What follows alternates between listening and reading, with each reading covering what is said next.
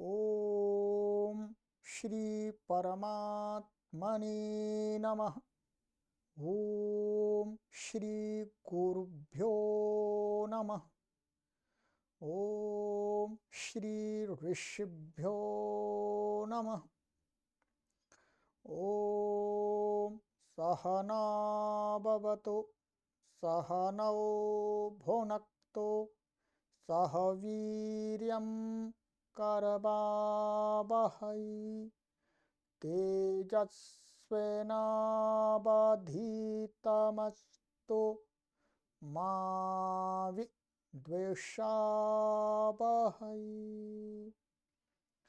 ओम शांति शांति शांति।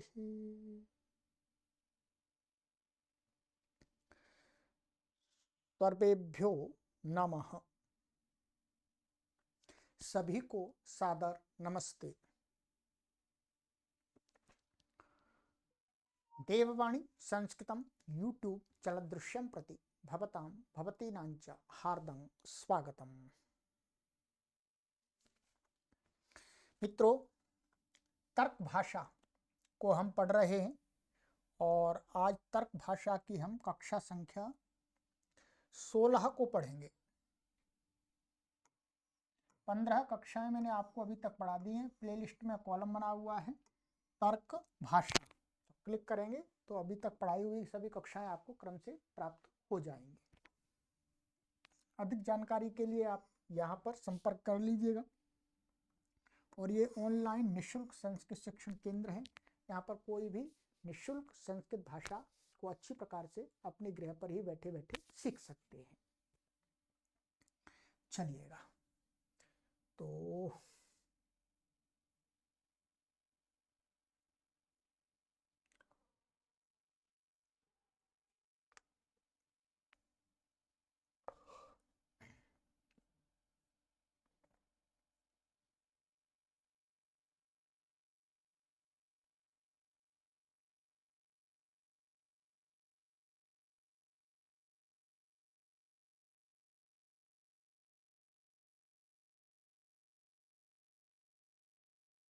तो यहाँ तक चल रहा था, मैंने यहाँ तक आपको पढ़ाया था, परंतु थोड़ी सी इलेक्ट्रिसिटी प्रॉब्लम आ जाने के कारण से थोड़ा सा हमने यहीं पर छोड़ दिया था। ये यहाँ तक हो गया था कुल मिलाकर के, परंतु मैं आज फिर दोबारा आपको यहीं से पढ़ा देता हूँ। ठीक है, ये हमने यहाँ पर ये निश्चय कर लिया था कि लिंग परामर्श ही अनुमान है। और अब ये आगे बता रहे थे कि तच्चानुमानम द्विविधम, वो जो अनुमान है वो दो प्रकार का है। ठीक है, दो प्रकार का।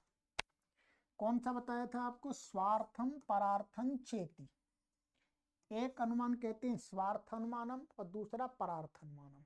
ठीक है, स्वार्थम स्वप्रतिपत्ति हेतु कहते हैं। जो स्वार्थम माने स्वार्थ अनुमान, जो अनुमान होता है वो क्या है? स्वप्रतिपत्ति माने कोई व्यक्ति अपने ज्ञान माने अपने उसको अनुमिति ज्ञान को करने के लिए उसका प्रयोग करता है। माने स्वयं की अनुमिति ज्ञान अनुमिति को प्राप्त करने के लिए स्वार्थ अनुमान का प्रयोग करता है, अनुमान प्रमाण का। तथा ही स्वयमेव महानसादौ विशिष्टेन प्रत्यक्षेण धूमाग्न्योर्व्याप्तिं गृहीत्वा पर्वतसमीपं गतस्तद्गते चाग्नौ संदेहानः पर्वतवर्तिनीम् अविच्छिन्नमूलाम् अभ्रंलेहां धूमलेखां पश्यन् धूमदर्शनाच्चोद्बुद्ध संस्कारो व्याप्तिं स्मरति। ठीक है, चलिएगा ऊपर कर देता हूँ। तो जो स्वार्थ अनुमान की प्रक्रिया पहले समझा ही दिया था, स्वार्थ अनुमान का ही बताया था पहले। ठीक है, उसी को बता रहे हैं कि तथा ही वैसे ही, क्यों जैसे कि स्वयं ही कोई व्यक्ति स्वयं ही महान साधव विशिष्टेन प्रत्यक्षेण धूमाग्नियोर व्याप्तिम गृहीत्वा, माने महानस आदि में, रसोई आदि में धूम और अग्नि की माने क्या है, विशिष्ट प्रत्यक्षण माने विशिष्ट रूप से प्रत्यक्ष क्या है, धूम और अग्नि की व्याप्ति। माने जहां जहां धूम देखता है वहां वहां उसे अग्नि दिखाई देती है। माने जब जब उसने रसोई में धुआं देखा तब तब उसे अग्नि दिखाई दी। माने धूम के साथ अग्नि का व्याप्ति संबंध है? अग्नि के साथ धूम का नहीं, धूम के साथ अग्नि का उसने विशिष्ट ये व्याप्ति को ग्रहण करके फिर क्या होता है, कभी समय में, किसी समय में वो पर्वत के समीप गया तो पर्वत समीपम गता, पर्वत समीप को प्राप्त हुआ। तद गति चाग्नौ संदेहानः, और वहां पर स्थित अग्नि, उस अग्नि के विषय में उसको एकदम प्रत्यक्ष नहीं हो रहा, माने संदेह हो रहा है। तो उस अग्नि के पर्वत पर स्थित अग्नि के विषय में संदेहाना माने संदेह करता हुआ, शानच प्रत्यय है। पर्वतवर्तिनी अविच्छिन्न मूलाम, माने पर्वतवर्तिनी पर्वत पर स्थित, अविच्छिन्न मूलाम माने अविच्छिन्न मूलाम माने बिना टूटे, मूल से, मूल माने जहाँ जड़ से, पर्वत की चोटी से लगा जड़ में से ही क्या है, अविच्छिन्न माने बिना कटी हुई, लगातार कहाँ तक, अभ्रम लिहाम, अभ्रम का अर्थ होता है में आकाश या बादल, मेघ कह सकते हैं। तो मेघ तक, मेघ को छूने वाली, माने पर्वत की चोटी से लेकर के पूरी ऊपरी आकाश तक, माने मेघ तक, बादलों तक छुई हुई है क्या, धूम लेखम, धुएं की एक लकीर सी, रेखा सी को, उसको पश्चिम देखता हुआ, धूम दर्शनात्, धूम के दर्शन से, क्या होता है, धूम के दर्शन है, और माने चा माने चा और इतना किया, देखता धूम दर्शनात्, धूम दर्शन से उद्बुद्ध संस्कार व्याप्ति स्मरति, क्या है, फिर जो उसका जो संस्कार पीछे वाला था धूम और अग्नि का, वो क्या है, जो उद्बुद्ध संस्कार वाला व्यक्ति बन जाता है। माने क्या है, उसका संस्कार उद्बुद्ध हो जाता है, कौन सा, धूम और अग्नि की व्याप्ति को स्मरण करा देता है वो संस्कार उसको।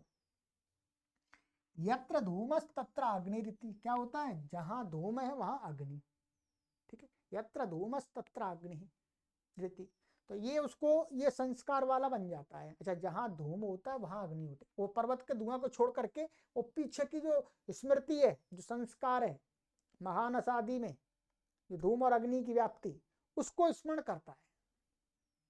ततो अत्रापि धूमो अस्ति इति प्रतिपद्यते, तथा मन उसके बाद में क्या, अत्रापि मन अस्मिन पर्वते, इस पर्वत पर भी धूमः अस्ति माने धुआं है, ऐसा प्रतिपद्यते माने ज्ञान को प्राप्त करता है। सरल है, कोई परेशानी नहीं थी। तस्मात् इसलिए अत्र पर्वते अग्निरपि अस्ति थी। अच्छा, क्या है ये, तथा माने उसके बाद में अत्रापि धूमा अस्ति माने यहाँ पर्वत पर भी धुआं है, ऐसा उसको ज्ञान होता है। फिर उस कारण से अत्र माने यहाँ पर्वत में भी अग्नि है, इति अस्ति इति स्वयं एवं प्रतिपद्यते, तो माने वहां पर भी धुआं था तो यहाँ पर भी धुआं है, तो इसलिए यहाँ पर अग्नि भी है, ऐसा निश्चय कर लेता है। तत् स्वार्थानुमानम, ये स्वार्थानुमान है, माने उसने किसी दूसरे को नहीं बताया, स्वयं ही अपना जो भी था महानस आदि में वो संस्कार आदि, उसको व्याप्ति को ग्रहण करके फिर उसको करके स्वयं ही उसने जाना कि यहाँ पर भी अग्नि है, ठीक है। अब है दूसरा, अब दूसरा सरल ही है, दूसरा कोई कठिन नहीं है। यत्तु कश्चित् स्वयं धूमात् अग्निम अनुमाय परम बोधयितुं पंचावयवानुमान वाक्यम प्रयुंक्ते तत् परार्थानुमानम, ठीक है। यत्तु माने जो, कश्चित् व्यक्ति माने कोई व्यक्ति, स्वयं माने स्वयं का, धूमाद अग्निम अनुमाय, धूम से अग्नि का अनुमान करके, माने पहले तो स्वार्थानुमान हो ना, उसने जान लिया कि भाई पर्वत पर धूम है तो अच्छा यहाँ पर भी अग्नि है, क्योंकि वहां पर भी थी, ऐसे करके। तो वही यत्तु जो, तो कश्चित कोई व्यक्ति स्वयं पहले क्या है, धूम से अग्नि को अनुमाय माने अनुमान करके, परम बोधयितुम अब दूसरे को उसको बताना चाह रहा है कि यहाँ पर भाई ये इसको भी बताना है, ये भी जाने कि यहाँ अग्नि है। दूसरे व्यक्ति को बताने के लिए, ठीक है,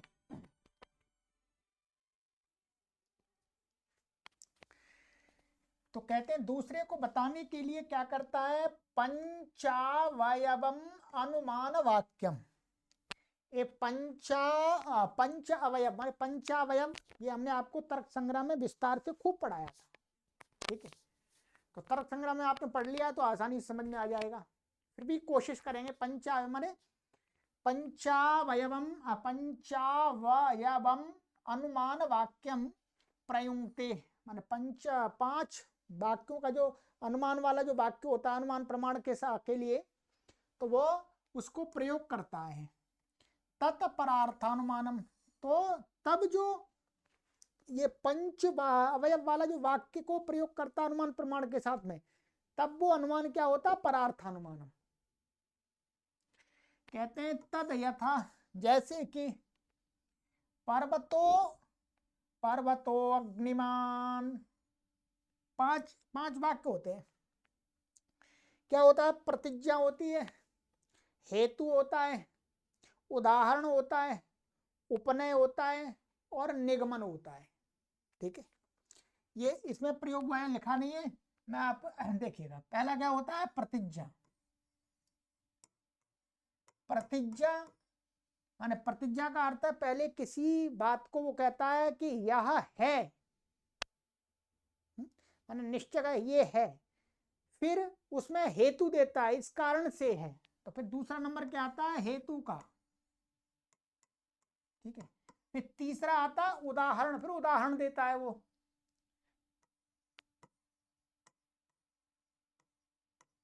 ठीक है। फिर चौथा आता है उपनय, इसको उपनय बोलते हैं, ठीक है। और तीसरा फिर पांचवा आता है निगमन, ठीक है। ये तो ये पांच प्रकार का वाक्य दे करके किसी को अनुमान कराया, वो साध्य को बताया जाता है, माने अनुमति कराई जाती है। तो जैसे अब देखिएगा, यहाँ पर किसी ने प्रतिज्ञा करी, माने किसी ने प्रतिज्ञा अर्थात कोई व्यक्ति था जिसको पता नहीं था, तो किसी दूसरे व्यक्ति ने कहा पर्वतो अग्निमान, ये पर्वत अग्नि वाला है, माने इस पर्वत पर अग्नि है, दिखाई नहीं दे रही, और उसने कहा ये अग्नि वाला है पर्वत। तो उस दूसरे के मन में ये शंका होगी कि भाई क्यों, ये आप क्यों कैसे कह सकते हैं कि पर्वत अग्नि वाला है। तो उसमें फिर हेतु देता है, वो क्या देता है, धूमवत्वात्, यो यो धूमवान सो सा सा अग्निमान यथा महानसः। तो फिर क्या दिया, फिर ये दिया धूमवत्वात्, ये हेतु दे दिया, क्या, ये हेतु दे दिया कि धूमवत्वात्, धूमवत्व धूम वाला, और धूमवत्व का अर्थ हो गया धूम, धूमवत्व का क्या अर्थ हो गया, धूम, धुआं। तो धुआं वाला होने के कारण से ये क्या हो गया, ये हमारा हेतु, ठीक है। फिर उदाहरण देते हैं कि यो यो धूमवान सह सह अग्निमान यथा महानसः, ठीक है। तो ये फिर उदाहरण, क्योंकि यो यो माने जो जो धूमवान होता है वह अग्निमान होता है, माने वो अग्नि वाला होता है। जैसे यथा महानसः, ये क्या हो गया, तीसरा वाक्य हो गया ये उदाहरण का, ठीक है। फिर कहता है उपनय, उपनय, उपनय का अर्थ होता है कि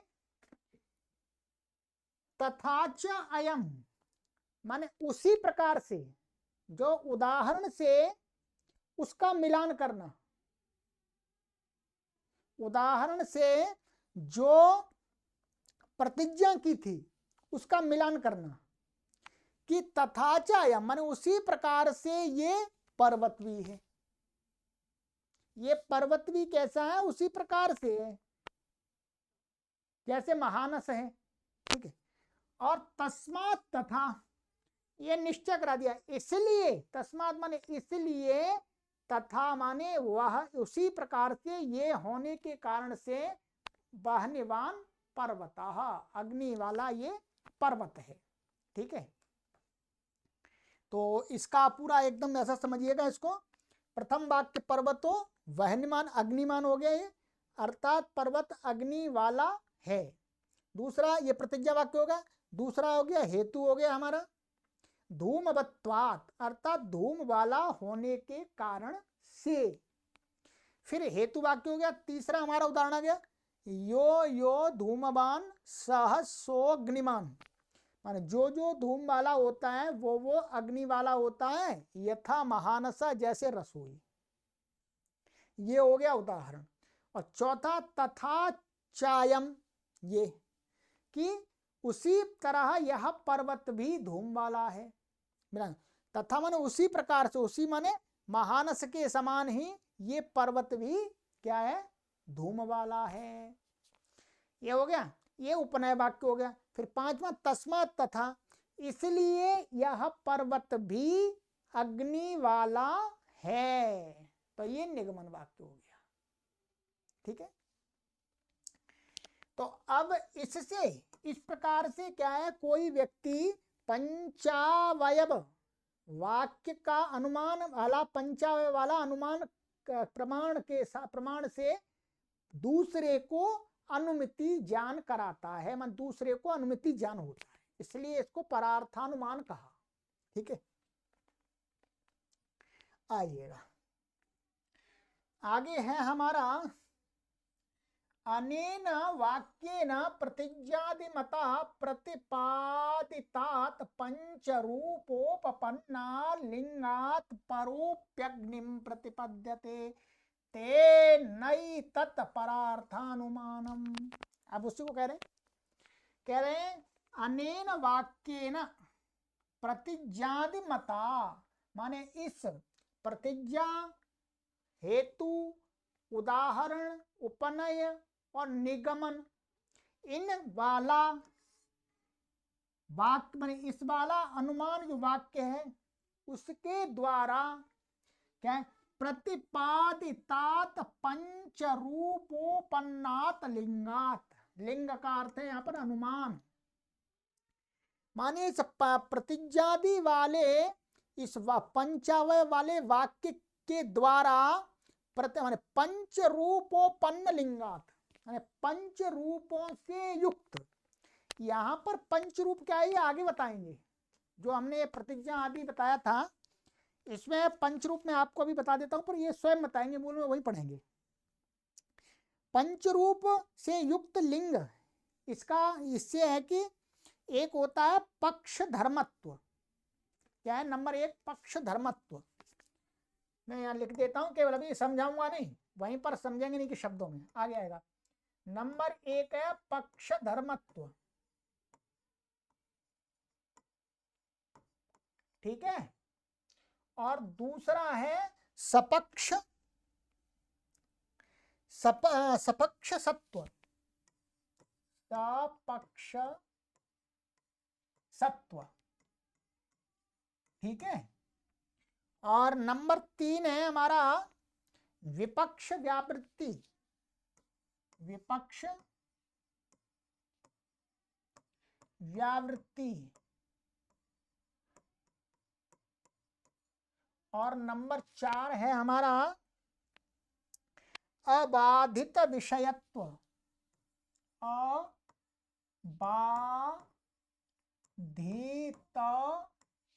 विषयत्व, ठीक है, अबाधित विषयत्व। और पांचवा है असत प्रतिपक्षत्व, यहां लिख देता हूं मैं, ठीक है, असत, एक मिनट,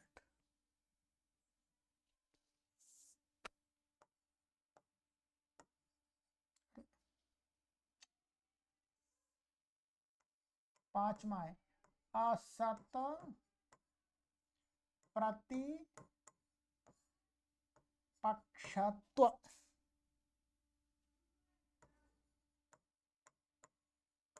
ठीक है।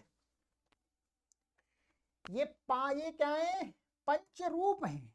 इन 5 रूप से युक्त प्रतिपादित हुआ जो लिंग माने अनुमान प्रमाण है, उससे क्या होता है, परोपी परहम दूसरा व्यक्ति भी अग्नि को प्रतिपद्यते अग्नि का ज्ञान कर लेता है। ठीक दिख रहा होगा। तेन एतत् परार्थानुमानम, इसलिए यह परार्थानुमान है। अभी ये आपको यदि मैंने तर्क संग्रह में तो पूरा समझाया हुआ है, परंतु अभी ये यहाँ मूल में आगे बताएंगे तो वही समझेंगे, नहीं तो यही बहुत फिर समझ में नहीं आएगा ठीक से। बस इतना ही समझ लीजिएगा। यहाँ पंच रूपोपन्नात माने पंच रूप क्या है, ये 5 रूप से उपपन्न माने युक्त जो लिंग माने अनुमान प्रमाण, और वो उसके प्रतिपादितात माने लिंग को 5 रूप वाला बताया गया, 5 रूपों से युक्त वाला बताया गया दूसरे को अनुमान कराने के लिए। तो इस कारण से दूसरा अग्नि का अनुमान करता है, इसलिए इसको बोलते हैं परार्थानुमानम। ठीक है, चलिएगा। तो ये तो हो गया हमारा। अब चलते हैं आगे। अभी चलेगा यही अनुमान से संबंधित ही है। ठीक है, अब ये कहते हैं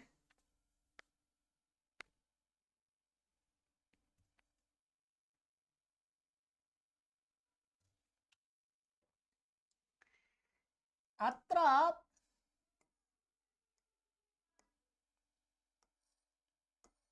पर्वतस्याग्निमत्वं साध्यं धूमवत्वं हेतुः।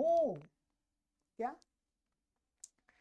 अत्र माने यहाँ पर्वत का अग्निमत्व माने पर्वत को अग्नि वाला, माने पर्वत का, अच्छा ये यहाँ पर ये ऐसा करेंगे। अत्र माने इस उदाहरण में पर्वत का अग्निमत्वम का अर्थ हुआ अग्नि, ध्यान रखेंगे। अग्निमत्वम, अग्निमत और अग्निमत्वम माने अग्नि, ध्यान रखें। अग्नि पर्वत का, पर्वत पर जो पर्वत की जो अग्नि है वो साध्यम, वो क्या है, साध्य। और धूमवत्वम हेतु, धूम क्या है, हेतु। क्या है, ध्यान रखिएगा, ये बताए धूम, धूम माने धुआं, फिर धूमवत माने धूम वाला, फिर धूमवत्वम माने फिर दोबारा धुआं। पक्का 100% कहने के लिए तो बताया जा रहा है यहाँ पर हेतु। तो ये यहाँ पर क्या अग्नि साध्य है इस उदाहरण में, और ये क्या है, धूम है यहाँ पर हेतु। ठीक है, अब देखिएगा, अब यहाँ पर क्या था, अब ये कहते हैं सचान्वय व्यतिरेकी अन्वयेन व्यतिरेकेण च व्याप्तिमत्वात्। अब ये एक बात बता रहे हैं, अन्वय और व्यतिरेक, ये भी तर्क संग्रह में बताया था हमने। आगे वो ये बताया था कि अन्वय क्या होता है, तत्सत्वे तत्सत्वम, क्या है, तत्सत्वे तत्सत्वम।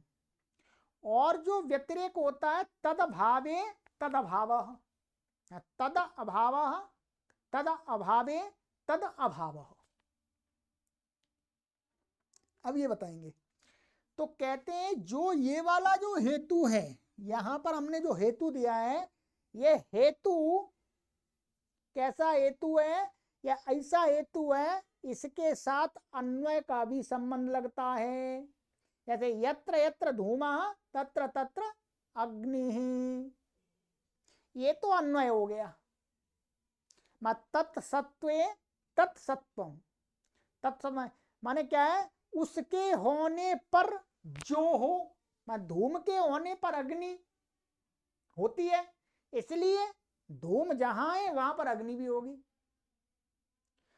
और तद अभाव, तद अभावे तद अभाव माने धूम का अभाव होने पर, क्या धूम का अभाव होने पर अग्नि का भी अभाव होता है। भाई धूम नहीं होगा, नहीं उल्टा हुआ, अग्नि के अभाव होने पर धूम नहीं होगा। ये ऐसा इसमें लगता है व्यतिरेक में, व्यतिरेक में उल्टा हो जाता है।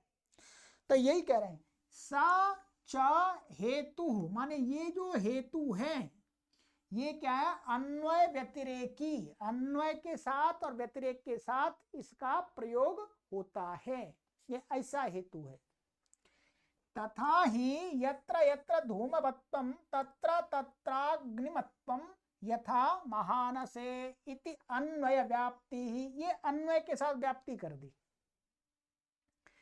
कि इसको बोलेंगे ना, यत्र यत्र धूमः धूमत्व माने धूम, और वहां वहां अग्निमत्व माने अग्नि होती है, जैसे महानसादि में। तो ये क्या किया हमने, अग्नि और धूम, क्या वो धूम के साथ अग्नि की व्याप्ति संबंध को बता दिया अन्वय करके।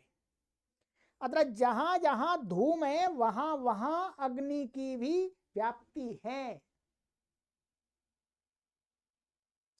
ठीक है। तो वही कहा, ये तथा ही यत्र यत्र धूमवत्वं तत्र तत्र अग्निमत्वं, यानी जहां जहां धुआं होता है वहां वहां अग्नि होती है, और जैसे महानस में माने रसोई में। तो इस प्रकार से जब साध्य साध्य की अनुमति कराई जाती है तब जो वाक्य प्रयोग होता है ये अन्वय है। क्या है ये, अन्वय, अन्वय व्याप्ति।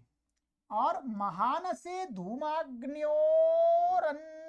सद्भावात्, माने क्योंकि महान से मैंने रसोई में धूम के साथ अग्नि में, धूम और अग्नि का अन्वय सद्भावात् माने साथ साथ रहने के कारण से, क्योंकि महानस में धूम जब जब देखा तब तब उसके साथ में अग्नि का सद्भाव माने होने से। एवं इसी प्रकार से यत्राग्निर्नास्ति तत्र धूमोऽपि नास्ति यथा महाहृदय इति इयं व्याप्तिरेक इति इयं व्यतिरेक व्याप्ति। अब कहते हैं इसी प्रकार से अब हम उल्टा देखेंगे। क्या देखेंगे, इस पर यत्र अग्निर्नास्ति, अब अग्नि जो साध्य है उसको पहले दिखाएंगे, उसका अभाव दिखाएंगे। जब व्यतिरेक करेंगे तो उसमें क्या है, जो अन्वय में, अन्वय वाक्य में, अन्वय व्याप्ति वाक्य में जो साध्य होता है, ध्यान रखेंगे, जो साध्य होता है उसको ही व्यतिरेक करते हैं, तब उसको हम साधन बनाते हैं।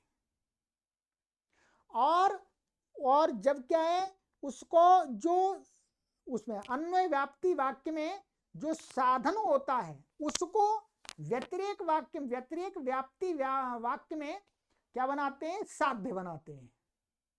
ये उल्टा हो जाता है, ठीक है। कैसे, एवं इसी प्रकार से क्या, यत्र अग्निर्नास्ति तत्र धूमोऽपि नास्ति यथा महाहृदय इति व्यतिरेक व्याप्ति, ये व्यतिरेक व्याप्ति कि जहां पर अग्नि नहीं है वहां धुआं भी नहीं है। अब देखिए पहले क्या था, पहले वाले वाक्य में अग्नि क्या थी, वास्तव में अग्नि थी व्यापक, अग्नि व्यापक थी, धूम था व्याप्य हमारा, ठीक है।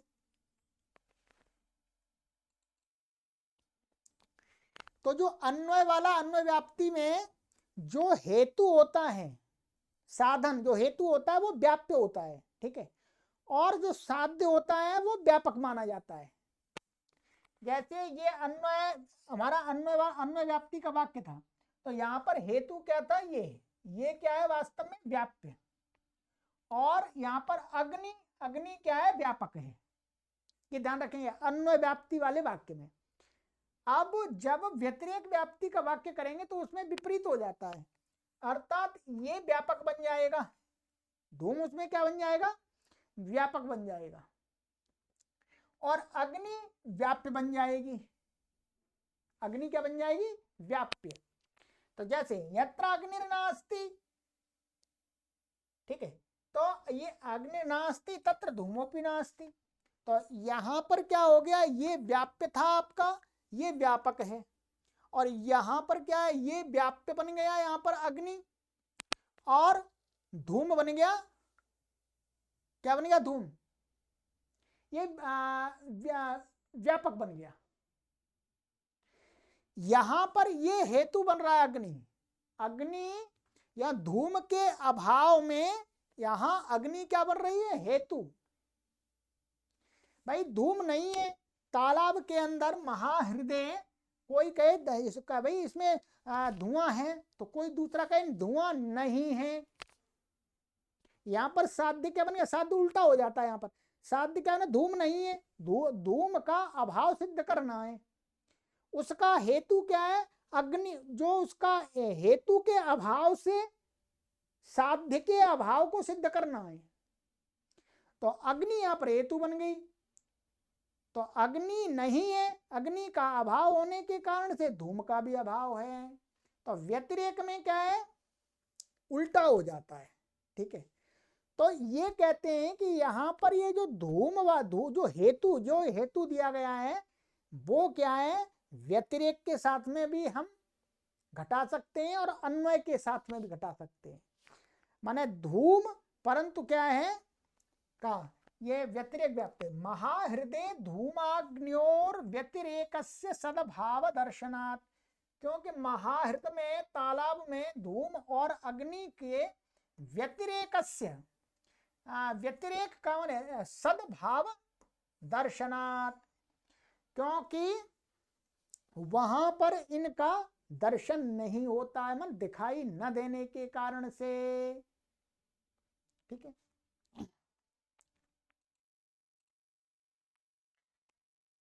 तो ठीक है, तो यहाँ मैंने महाहृदय तालाब में धूम और अग्नि का व्यतिरेक मैंने अभाव के, व्यतिरेक का अर्थ यहाँ पर अभाव के, सद्भाव दर्शनात् मैंने अभाव के विद्यमान दिखाई देने के कारण से। तो ये हो गया हमारा, हम दोनों प्रकार से माने पंचावयव का जो प्रयोग करते हैं वो क्या है? हम व्यतिरेक के साथ भी करते हैं और अन्वय, व्यतिरेक व्याप्ति और अन्वय व्याप्ति दोनों के साथ करते हैं। हमने जो अभी दिखाया था पहले उदाहरण यहाँ पर, जो यत्र यत्र धूमा मैंने पर्वतो अग्निमान, वो जो पूरा पंचावयव वाला अनुमान का वाक्य था वो कैसा था? अन्वय व्याप्ति वाला। दूसरा यहाँ पर ये दिखा दिया कि तालाब में धुआं नहीं है, तो ये व्यतिरेक व्याप्ति दिखा करके, व्यतिरेक व्याप्ति माने उसके साधन के अभाव में साध्य का भी अभाव होता है। और अन्वय व्याप्ति में जो साधन होता है वो व्यतिरेक व्याप्ति में क्या बन जाता है? साध्य। और अन्वय व्याप्ति में जो साध्य होता है वो व्यतिरेक व्याप्ति में क्या बन जाता है? साधन। ठीक है, तो ये हो गया। ठीक है, अब इसी को बता रहे हैं ये आगे, व्यतिरेक व्याप्तेस्तु अयम क्रमः। व्यतिरेक व्याप्ति का ये क्रम है। क्या है? अन्वय व्याप्तौ यद व्याप्यम तद अभावो अत्र व्यापकः। अब ये जो मैंने अभी आपको बता रहा था वो बातें आगे कही इन्होंने यहाँ पे, कि व्यतिरेक व्याप्ति में ये क्रम होता है कि अन्वय व्याप्ति में, माने जब हम अन्वय व्याप्ति करते हैं तो उसमें यद व्याप्यम, जो व्याप्य होता है, जो क्या होता है? जैसे यहां बताया था हमने अभी, ये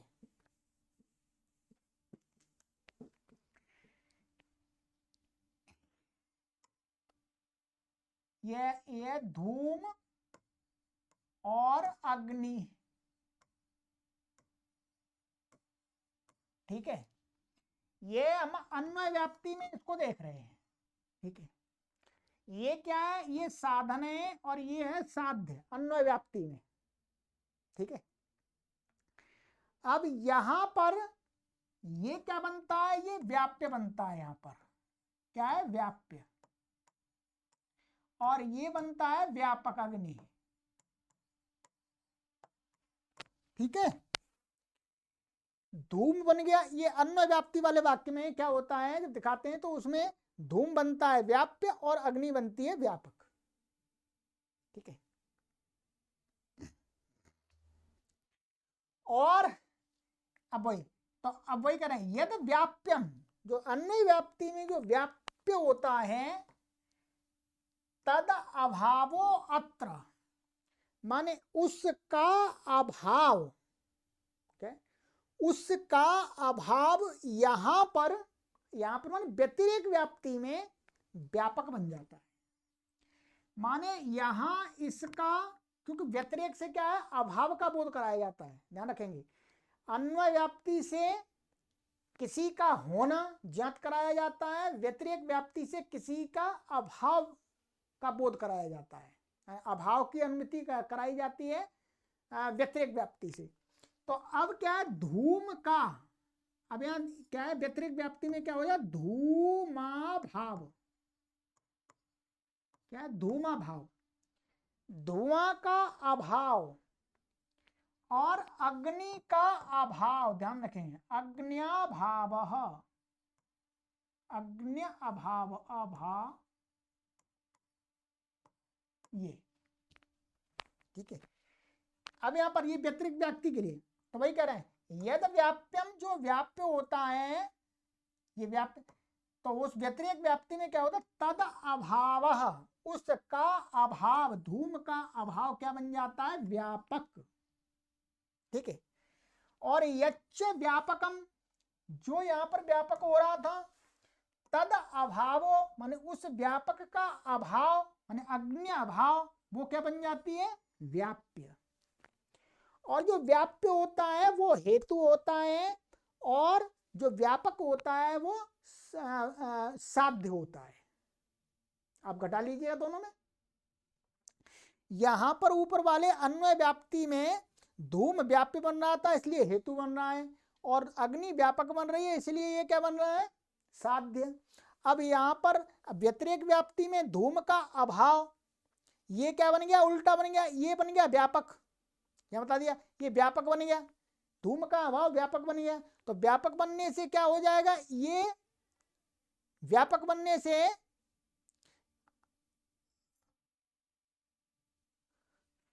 हाँ, ये व्याप्य था, तो ये व्यापक बन गया, व्यापक बन गया ना, धूम का अभाव। और यहाँ पर यच्च व्यापकम तद अभावो अत्र व्याप्य, ये क्या था, यहाँ पर अग्नि व्यापक थी, तो इसका अभाव यहाँ पर क्या बन जाएगा, व्याप्य, उल्टा हो गया, ठीक है। जब हम धूम का, जब इसमें व्यतिरेक से हम धूम का अभाव, अग्नि का अभाव बताना चाहेंगे, तो उसमें क्या हो जाएगा, अग्नि बनेगा हेतु, धूम का अभाव नहीं, अग्नि का अभाव नहीं, धूम का अभाव, ठीक है। कि तालाब में धूम नहीं है, क्योंकि जहां जहां अग्नि है, वो जो जहां धूम होता है वहां अग्नि होती है, यहाँ पर अग्नि नहीं है, इसलिए धूम भी नहीं है। तो ये हो गया, इति व्याप्य इति तद उक्तम, उसी को ये कुमारिल भट्ट की ये 3 श्लोक दे रहे हैं इसी बात को समझाने के लिए, उन्होंने श्लोक में इसको बात को रखा हुआ है, ठीक है।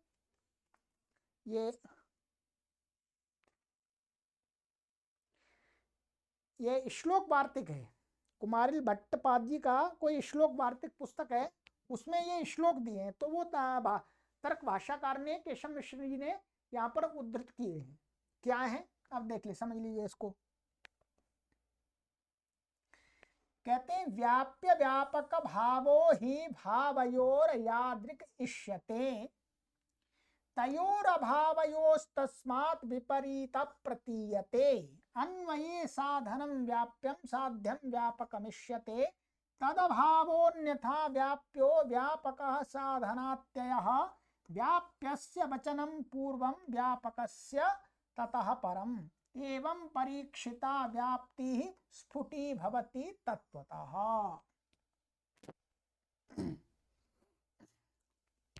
ये कहते हैं व्याप्य और व्यापक का भाव, माने व्याप्य को भी बताना है, व्यापक को भी बताना है, इनका होना माने इनका सद्भाव, इनकी सत्ता का होना क्या है, भावयोर यादृक दृश्यते। जब इनका व्याप्य और व्यापक भाव आता है तो वो क्या है, कोई पदार्थ है, उनकी सत्ता को बताया जाता है। उनकी सत्ता को बताया जाता है। ठीक है। और तयोर अभाव, और उन दोनों का, तयो माने व्याप्य और व्यापक का अभाव, अभाव क्या है, तस्मात् विपरीता प्रतीयते, उनका जो अभाव, उन दोनों का अभाव, जो अभाव को जब बताया जाता है तो विपरीता प्रतीयते माने व्यतिरेक के द्वारा बताया जाता है, व्यतिरेक व्याप्ति के द्वारा उसके अभाव, व्याप्य और व्यापक के अभाव को बताया जाता है। जैसे तालाब में अग्नि नहीं है इसलिए धुआं भी नहीं है, दोनों का, अग्नि का अभाव और धूम का अभाव किसके द्वारा बताया जा रहा, अभाव के द्वारा, व्याप्य और व्यापक के अभाव के द्वारा उनका व्यतिरेक व्याप्ति से अभाव बताया जा रहा है। ठीक है, तो वही कहा विपरीता प्रतीयते।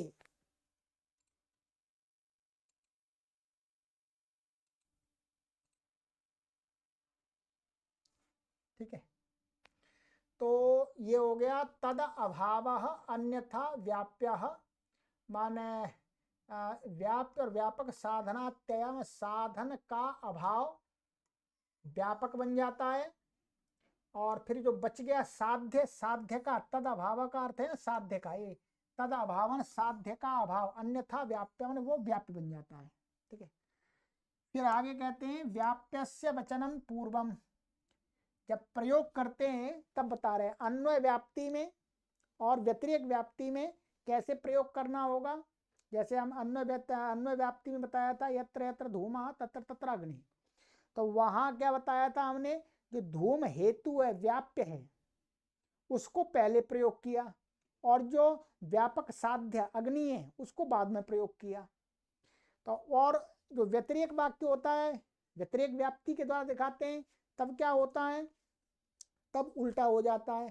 ठीक है, तो होता है व्याप्यस्य वचनम पूर्वम व्यापकस्य ततः परम, व्यापक का मैं व्याप्य का वचन, जैसे यहाँ पर ये व्याप्य था अन्वय अग्नि, तो उसका पहले प्रयोग होता है और व्यापक का उसके बाद में होता है, यत्र यत्र धूमा तत्र तत्र अग्नि, और उसमें उल्टा होता है। ठीक है, एवं परीक्षिता, हाँ उल्टा, अर्थात उल्टा कैसे होता है, उल्टा नहीं होता, वास्तव में वैसे ही होता है, क्योंकि वहां पर अग्नि जो व्यापक होती है वो व्याप्य बन जाती है, तो व्याप्य का वहां पर भी पहले प्रयोग हुआ, ये ध्यान रखें। ठीक है, माने अन्वय व्यतिरेक में और व्याप्ति व्यतिरेक में दोनों में ही जो व्याप्य बनता है उसका पहले प्रयोग होता है और जो व्यापक बनता है उसका बाद में प्रयोग होता है। जैसे यत्र यत्र अग्निर्नास्ति, तो यहाँ पर अग्नि क्या है, व्याप्य बन रही है, तत्र तत्र धूमोपि नास्ति, वहां धूम भी नहीं, धूम क्या है, व्यापक के बाद में आ गया। यथा महाहृदय, जैसे तालाब में। एवं परीक्षिता, इस प्रकार से परीक्षित माने परीक्षा किया गई जो व्याप्ति है, अन्वय व्याप्ति अथवा व्यतिरेक व्याप्ति, स्फुटी भवती तत्वता माने वो एकदम अच्छी प्रकार से स्फुटी भवती माने समझ में आ जाती है। ठीक है, चलिएगा, ये हो गया। अभी तो चलता रहेगा पर अभी तो थोड़ा सा और करना पड़ेगा। तो ये समझ में आ गया होगा आपको आराम से, क्योंकि कुछ चीजें ऐसी होती है पहले आती है पर वो बाद में जब पहले आगे पढ़ लेते हैं तब पूरी तरह से समझ में आती है। तो अब आपको ये पूरा आ गया होगा। ठीक है, यहाँ पर अन्वय व्याप्ति और व्यतिरेक व्याप्ति। अब है आगे हमारा तदेवं धूमवत्वे हेतान्वये न आएगा, छूट गया, व्यतिरेकेण च व्याप्तिरस्ति। तद एवं, इस प्रकार से धूमवत्वे हेतु, धूमवत्व मान धूम हेतु, धूमवत्व का अर्थ धूम हो गया, धुआं जो हेतु हमने दिया था, तो उस हेतु में अन्वय के द्वारा, अन्वय व्याप्ति के द्वारा और व्यतिरेक व्याप्ति के, माने अन्वय के साथ भी व्याप्ति है, व्यतिरेक के साथ भी व्याप्ति है।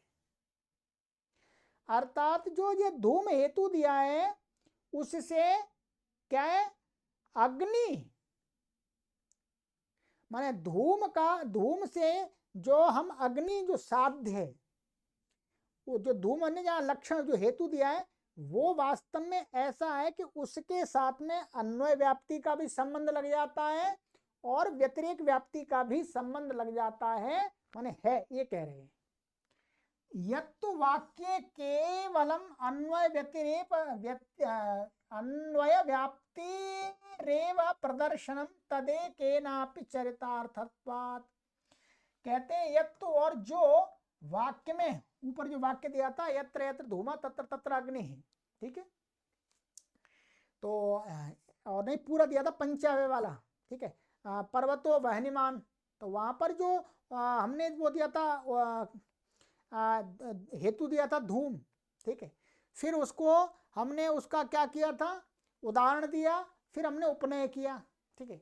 तो उसमें कहते हैं वाक्य में केवल अन्वय व्याप्तेरेव प्रदर्शनम, केवल वहां पर अन्वय व्याप्ति से अन्वय व्याप्ति का ही उदाहरण दिखाया है।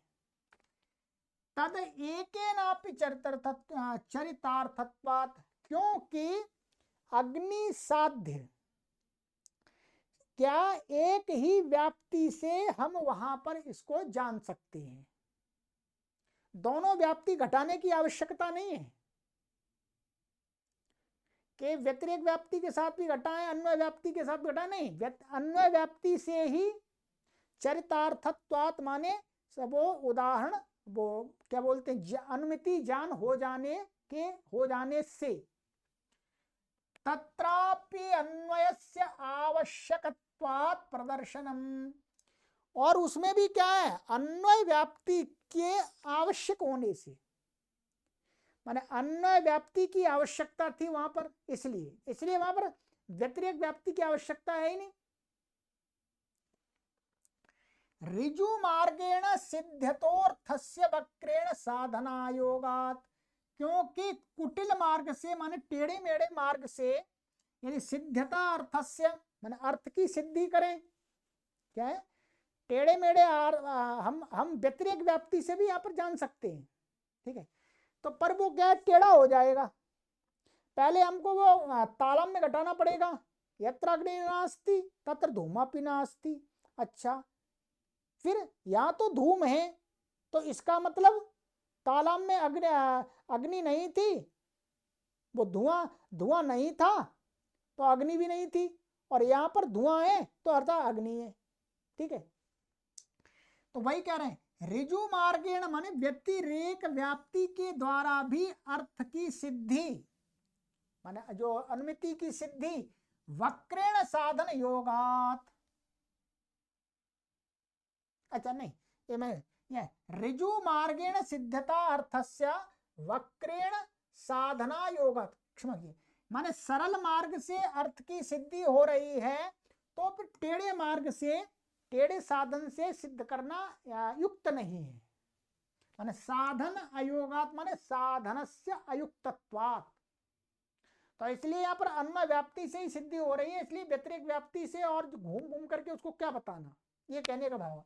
न तो व्यतिरेक व्याप्तेर अभावात, न कि यहां पर हम व्यतिरेक व्याप्ति से अभाव को बता करके सिद्ध करें, तो इसलिए यहां पर जो उदाहरण दिया है, वो यहां पर जो अनुमान प्रमाण का जो घटाया है वो अन्वय व्याप्ति से घटाया, व्यतिरेक व्याप्ति से नहीं घटाया, जबकि जो यहाँ पर हेतु दिया गया था धूम, वो अन्वय व्याप्ति से के साथ भी उसका घटित होता है और वो व्यतिरेक व्याप्ति के साथ भी घटित होता है, ठीक है।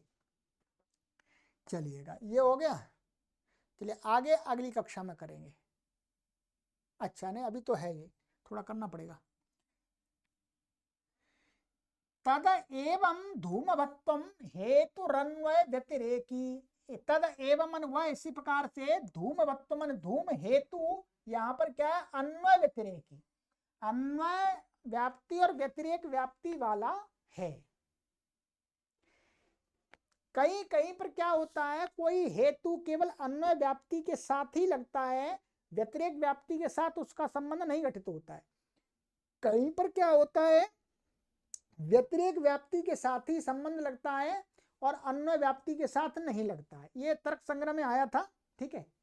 तो अब ये देखेंगे, ठीक है।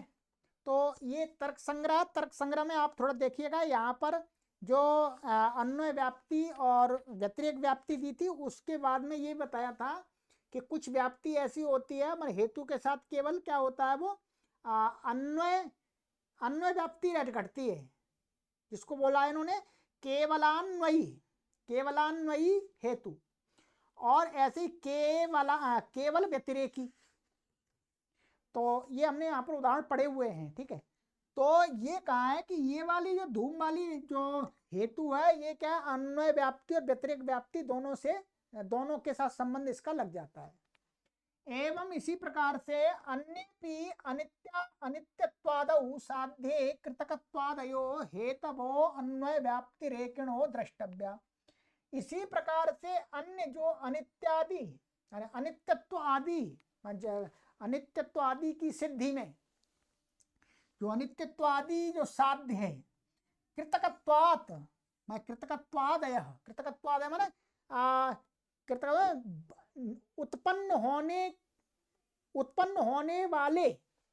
उत्पन्न होने वाले ऐसा होगा अर्थ। तो हेतु जैसे अन्वय व्यतिरेकिणो द्रष्टव्या, अन्वय व्यतिरेक से वहां पर उनको भी जानना चाहिए। जैसे यथा शब्दो नित्याः कृतकत्वात् घटवत्, जिस प्रकार से शब्द अनित्य है, किसी ने प्रतिज्ञा करी क्या है, शब्द अनित्य है, तो और हेतु दिया कृतकत्वात्, क्योंकि शब्द क्या उत्पन्न होता है, शब्द उत्पन्न होता है, जो उत्पन्न होता है वो अनित्य होता है, इसलिए शब्द भी उत्पन्न होता है, इसलिए शब्द भी अनित्य है। ये तो हो गई व्यतिरेक, वो अन्वय घटवत का माने जैसे घड़ा उत्पन्न होता है, वैसे घड़ा उत्पन्न होने के कारण से घड़ा क्या है, अनित्य है, वैसे शब्द भी उत्पन्न होता है तो शब्द भी अनित्य है। यत्र कृतकत्वम तत्र अनित्यत्वम, कहते हैं जहां जहां कृतकत्व होता है माने उत्पत्ति होती है, तो वहां अनित्यत्व होता है, वो अनित्य होता है। जिस वस्तु की उत्पत्ति होती है वो वस्तु क्या होती है, अनित्य होती है। यत्र अनित्यत्वाभावस्तत्र कृतकत्वाभावो यथा गगने। अब क्या उल्टा व्यतिरेक से बताएंगे कि यत्र अनित्यत्व अभाव, जहां पर अनित्य का अभाव होता है, माने जहां जहां अनित्य का अभाव होगा वहां पर क्या होगा, कृतकत्व अभाव, वहां उत्पत्ति का भी अभाव होगा। यथा गगने, जैसे आकाश में क्या है, आकाश अनित्य माने नित्य है, अनित्य का अभाव अर्थात नित्य है। क्यों? क्योंकि कृतकत्वाभावात्, क्योंकि वो कृतकत्व का उसमें अभाव है, अर्थात उसमें उत्पत्ति का अभाव है, आकाश की उत्पत्ति नहीं होती। ये व्यतिरेक से यहां पर गगन का नित्यत्व ठहरा दिया, गगन का नित्यत्व ठहरा दिया। उसी प्रकार से ठीक है, यहां हेतु कृतकत्व लिया, यहां पर भी कृतकत्व, यहां उल्टा हो जाए, कृतकत्व के अभाव माने व्यतिरेक करेंगे तो अभाव से बोध होगा, माने अभाव से जो यहाँ ऊपर अनित्य था तो अनित्य के अभाव का बोध होगा, तो इसलिए गगन में ये व्यतिरेक से करा दिया। तो इसी प्रकार से हमें और भी अनेक दृष्टांत दे करके उदाहरणों को समझ लेना चाहिए, ये कह रहे हैं। ठीक है, अब ये बताएंगे कि कश्चिद हेतु केवल व्यतिरेकी, ये आगे कक्षा में पढ़ेंगे, अभी वो बात आ जाएगी सारी। ठीक है, कि कोई हेतु केवल व्यतिरेकी ही होता है। अब आप जो मैंने बताया था इसमें जो तर्क संग्रह में, वो हम यहाँ पर भी पढ़ेंगे, तब आपको समझ में आएगा कि जो धूम दिया है यहाँ पर, ये जो हेतु है वो अन्वय व्यतिरेक दोनों से युक्त है, और ये केवल व्यतिरेक वाला आगे बताएंगे। ठीक है, चलिएगा, कक्षा काफी लंबी हो रही है, चलिएगा। सर्वेभ्यो नमः।